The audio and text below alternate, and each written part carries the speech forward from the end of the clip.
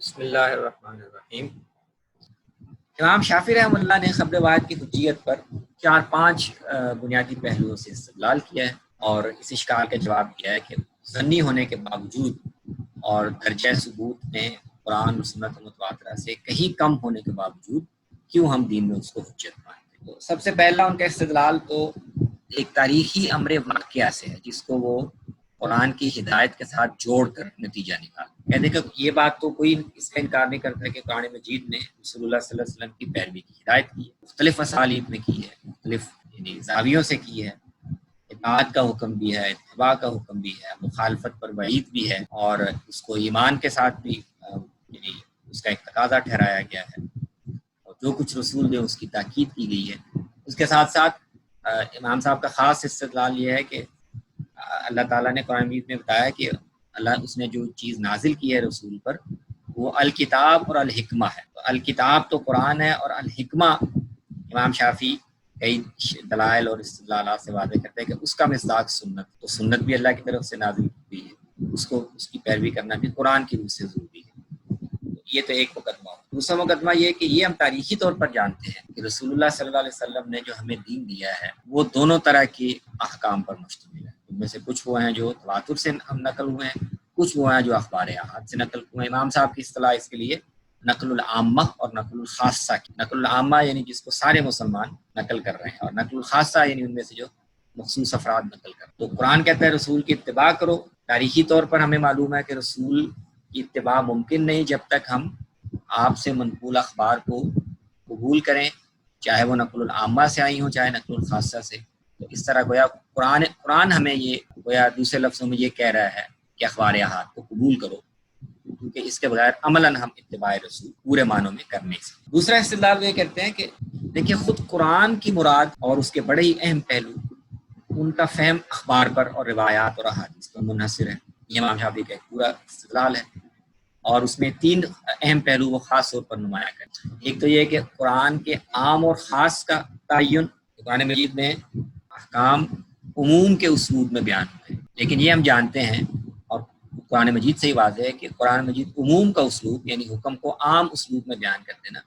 وہاں پر ہر جگہ مراد عموم نہیں ہوتا۔ بعض جگہ وہ حکم کچھ خاص لوگوں تک کے لیے ہوتا ہے لیکن بیان اس کو عام کے اسلوب میں کر دیا جاتا ہے۔ اب اس عموم کی وضاحت کبھی سیاق سے ہو جاتی ہے، کبھی قرآن مجید میں دوسرے احکام سے ہوتی ہے، اور بہت سی صورتوں میں اس کی وضاحت احادیث سے ہوتی ہے۔ تو احادیث یہ واضح کرتی ہیں کہ یہاں قرآن کی مراد کیا ہے، وہ واقعتاً عام ہے یا اس میں سے کچھ لوگوں کا استثناء ہے یا ان کو مخصوص کر لیا گیا ہے۔ تو قرآن کی مراد مکمل نہیں ہوتی جب تک ہم حدیث کو ساتھ شامل نہ کریں۔ خود قرآن کا فہم منحصر ہے کہ اخبار احاد کے کرنا۔ تو ایک پہلو تو یہ ہے۔ دوسرا پہلو جس میں قرآن کی مراد کا فہم منحصر ہے وہ ہے درجہ حکم کا فہم۔ حکم فرض ہے، واجب ہے، مستحب ہے، تو اس کے قرائن بھی بعض دفعہ قرآن کے اندر ہی ہوتے ہیں، لیکن بہت سی صورتوں میں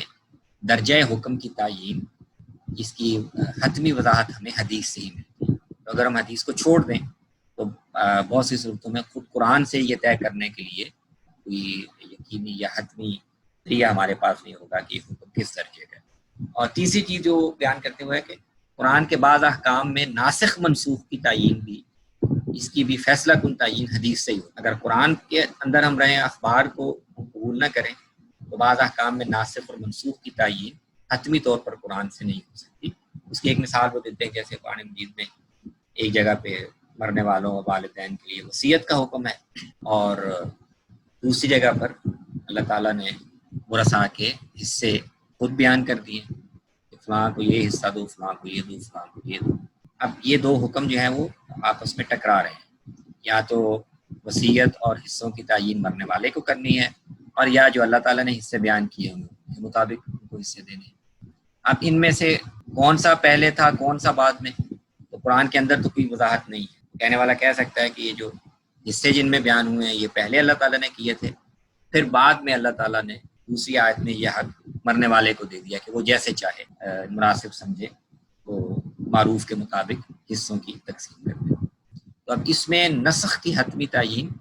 ہمیں وہ حدیث سے ہی معلوم ہوتی ہے۔ حدیث سے میں یہ بتایا گیا ہے کہ پہلے یہ حکم تھا، پھر اب اللہ نے حصے مقرر کر دیے ہیں، اور اب وارث ورثاء کے حق میں وصیت کرنے کی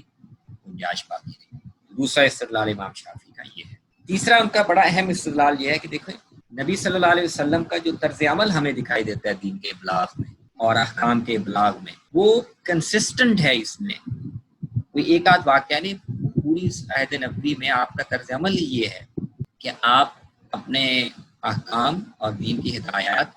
لوگوں کے پاس بھیجتے تھے اور اس کے لیے اخبار احاد پر ہی انحصار کرتے تھے۔ آپ کو معلمین دوسرے علاقوں میں بھیجنے ہیں، وہ بھی احاد ہیں۔ آپ کو اپنے سفیر اور ایلچی بھیجنے ہیں، وہ بھی اخبار احاد ہیں۔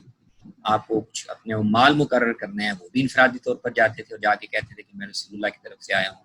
ان گورنرز کو اور عمال کو آپ نے بعد میں کچھ ہدایات بھیجنی ہوتی تھی، وہ بھی افراد کے ذریعے سے بھیجی ہے۔ ارد گرد کے مختلف علاقوں میں کوئی نیا حکم دین کا آیا ہے اور وہ اطلاع پہنچانی ہے، اس کے لیے بھی آپ افراد کو بھیج دیتے۔ تو نبی صلی اللہ علیہ وسلم کے طرز عمل سے ہمیں کہیں یہ معلوم نہیں ہوتا کہ آپ حجت قائم کرنے یا اتباع واجب ہونے کو تواتر یا قطعیت کے ساتھ مشروط سمجھتے ہو۔ قابل اعتماد آدمی نے، مستند اور قابل وثوق آدمی نے اگر آپ کی نسبت سے بات پہنچا دی ہے تو آپ کی طرف سے بھی یہی سمجھا جا رہا ہے کہ اب اس کو ماننا لوگوں پر لازم ہے۔ اور لوگ بھی علی العموم، کوئی مثال ایسی نہیں ملتی سوائے کسی چند ایسے واقعات کے جس میں کسی وجہ سے کسی کو کھٹک پیدا ہوئی یا تردد پیدا ہوا کہ یہ بات نبی صلی اللہ علیہ وسلم نے کہی ہے یا نہیں، ان چند واقعات کے علاوہ عمومی طور پر صحابہ کے ہاں بھی اس کی مثالیں ملتی کہ وہ تب اتباع کسی حکم کی قبول کرتے ہوں یا اس کو لازمی سمجھتے جب ان تک تواتر سے اور قطعیت سے یا براہ راست سن کر پہنچے۔ تو یہ ایک امام صاحب کا بہت اہم استدلال ہے اور اس کی انہوں نے پھر درجنوں مثالیں بھی کتاب میں جمع کر۔ یہی چیز اس کو وہ اسٹیبلش کرتے ہیں خلفائے راشدین اور اکابر صحابہ کے اس میں سے۔ اکابر صحابہ اور خلفائے راشدین نے بھی روایت کی تحقیق کے لیے تو مختلف منہج اختیار کیے ہیں، مختلف اصول اپلائی کیے ہیں، لیکن یہ اصرار بطور اصول کے ان کے ہاں کہیں نہیں ملتا کہ خبر واحد جو ہے ایک آدمی کی خبر ہے چونکہ اور اس میں ظن کا امکان ہے، تو اس لیے ہم اس کو درست نہیں مانتے۔ درجنوں مثالیں ملتی ہیں کہ انہوں نے ایک آدمی کی روایت پر بڑے اہم فیصلے کر دیے، اس میں خاص طور پر سیدنا عمر کے واقعات انہوں نے نقل کی ہیں۔ وہ اگرچہ بہت محتاط تھے اس معاملے میں، روایت حدیث میں بھی بہت محتاط تھے اور کسی روایت کو لیتے ہوئے اس کی تحقیق چھان پھٹک کا بھی بہت اہتمام کرتے تھے، لیکن ان کے ہاں بھی ایسی مثالیں موجود ہیں کہ محض ایک صحابی کی روایت پر انہوں نے فیصلہ کیا اور پہلے سے جو انہوں نے ایک حکم اخذ کیا ہوا تھا اس کو ترک کر دیا۔ اور آخر میں امام شافعی اس اشکال کا جواب دیتے ہیں کہ ظنی دلائل پر عمل کرنا اور اسی درجے میں پریکٹیکلی ان کو اسی درجے میں رکھنا جیسے قطعی دلائل کو، تو اس کا کیا جواز ہے؟ تو امام شافعی کہتے ہیں دیکھیں عدالت میں جب کوئی مقدمہ پیش ہو قتل کا، تو اب دیکھو اب ایک آدمی جو ہے جس کو مجرم کے طور پر پکڑ کے لایا گیا ہے، تو اس کی جان حرمت اس کی تو یقینی ہے نا، قرآن سے بھی ہے، امت کا اجماع بھی ہے، ساری دنیا کے اتفاق بھی ہے کہ جب تک کسی آدمی کا جرم ثابت نہ ہو اس کی جان محترم ہے، اس کو آپ کچھ کہہ نہیں سکتے، اس کا قتل حرام ہے۔ اب اس آدمی کو جج نے فیصلہ کرنا ہے کہ ہاں اس کو قتل کیا جائے یا نہیں، اس پر قتل کا الزام ہے، تو دیکھیں اس کے قتل کا حرام ہونا اب تک یقینی ہے، لیکن اب اس پر جب فیصلہ کیا جائے گا کہ ہاں یہ اس نے قتل کیا ہے اور اس کو ہم جواب میں قتل کر سکتے ہیں، یہ فیصلہ جج کس بنیاد پہ کرتا ہے؟ دو گواہی مانگتا ہے نا، یا اس کا اقرار ہو جائے، چلیں وہ تو ایک یقینی چیز ہو سکتی ہے، لیکن وہ میں کہتا ہے میں نے قتل نہیں کیا، تو دو گواہ یہ گواہی دے دیں کہ ہاں جی اس نے قتل، تو قاضی کے لیے ہم مانتے ہیں نا کہ وہ اس کو قتل کر سکتا ہے قصاص میں، لیکن اب یہ جس بنیاد پر اس نے فیصلہ کیا ہے وہ تو یقینی نہیں ہے، دو گواہ جھوٹ بھی بول سکتے ہیں، جتنی بھی آپ تحقیق کر لیں، قاضی جتنا بھی ان کے کریکٹر کو پرکھ لے اور ان کی گواہی کا وہ پورا ایک جائزہ لے لے، سب کچھ کے بعد بھی یقین سے تو کوئی نہیں کہہ سکتا کہ ہاں جی ان دو گواہوں کے کہنے پر یقینی طور پر کسی شک کے بغیر یہ ثابت ہو گیا کہ یہ آدمی قاتل، اور عملاً ہم دنیا میں دیکھتے ہیں کہ غلط فیصلے ہوتے رہتے ہیں، لیکن اس کا مطلب کیا ہوا کہ عملاً غلطی ہونا اور بات ہے، لیکن اصولاً یہ بات درست ہے، عقلاً بھی درست ہے، اور انسانی زندگی کے سارے معاملات بھی اس پر چل رہے ہیں کہ جب آپ کو اطمینان ہو اپنی حد تک کہ یہ بات درست ہے تو پھر اس پر عمل کرنا لازم ہوتا ہے، اگرچہ غلطی کا امکان اس میں بھی ہے۔ تو امام شافعی کہتے ہیں کہ یہی معاملہ ہمیں دین کے معاملے میں بھی اختیار کرنا ہوگا، کیونکہ یہاں پر بھی اللہ تعالیٰ نے پیغمبر کا اور آپ کے حکم کا اور آپ کے بعد کا جو درجہ بیان کیا ہے وہ ہمیں اجازت نہیں دیتا کہ آپ سے کچھ چیزیں ہم تک پہنچی ہوں اور ہم نے تحقیق کر کے بڑے کڑے معیار پہ تحقیق کر کے اپنی بساط کی حد تک یہ اطمینان حاصل کر لیا کہ ہاں واقعی رسول اللہ صلی اللہ علیہ وسلم کی بات ہے، اگرچہ غلطی کا امکان ہے لیکن ہمیں اطمینان ہے کہ نبی صلی اللہ علیہ وسلم کی بات ہے، اور پھر ہم اس کو چھوڑ دیں، کہیں کہ نہیں اس کی کوئی اہمیت نہیں ہے. یہ ہمارا جو ایمان ہے اور پیغمبر صلی اللہ علیہ وسلم کی جو دین میں ایک حیثیت ہے وہ اس کی اجازت نہیں دیتی کہ ہم اس کے ظنی ہونے کی وجہ سے اس کو کریں. تو یہ امام شافعی کے جو پیش کردہ استدلالات ہیں ان کا ایک خلاصہ میں نے آپ کے سامنے رکھا.